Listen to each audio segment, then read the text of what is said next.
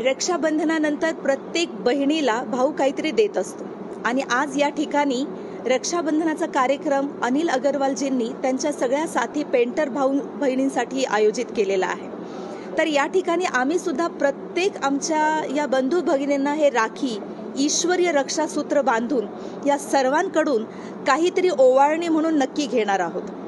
परंतु या ठिकाणी जी ओवाळणी आम्हाला भगिनींना नसून परंतु ईश्वराला साक्षी ठेवून जी ओवाळणी प्रत्येकाला द्यायची आहे, ती ओवाळणी म्हणजे तुमच्या जेबमध्ये काय आहे ते तुम्हाला बघायची गरज नाही आहे, परंतु तुमच्या जीवनात अशा कोणत्या गोष्टी आहेत की जे तुमच्यासाठी, तुमच्या परिवारासाठी नुकसानकारक आहेत, तुम्हाला एकमेकांपासून दूर नेत आहे, तुमच्या जीवनाच्या शांतीला भंग करत आहे, अशा गोष्टी.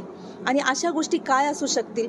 एखादं तुमचं काहीतरी व्यसन असेल, तुमच्यामध्ये काहीतरी एखादे वाईट संस्कार असतील, कुठला तरी व्यभिचार असेल, तर अशा कुठल्या तरी नकारात्मक गोष्टींचा आज या ठिकाणी ओवाळणी म्हणून दान आम्ही घेणार आहोत आमच्या या सगळ्या पेंटर बंधू भगिनींकडनं.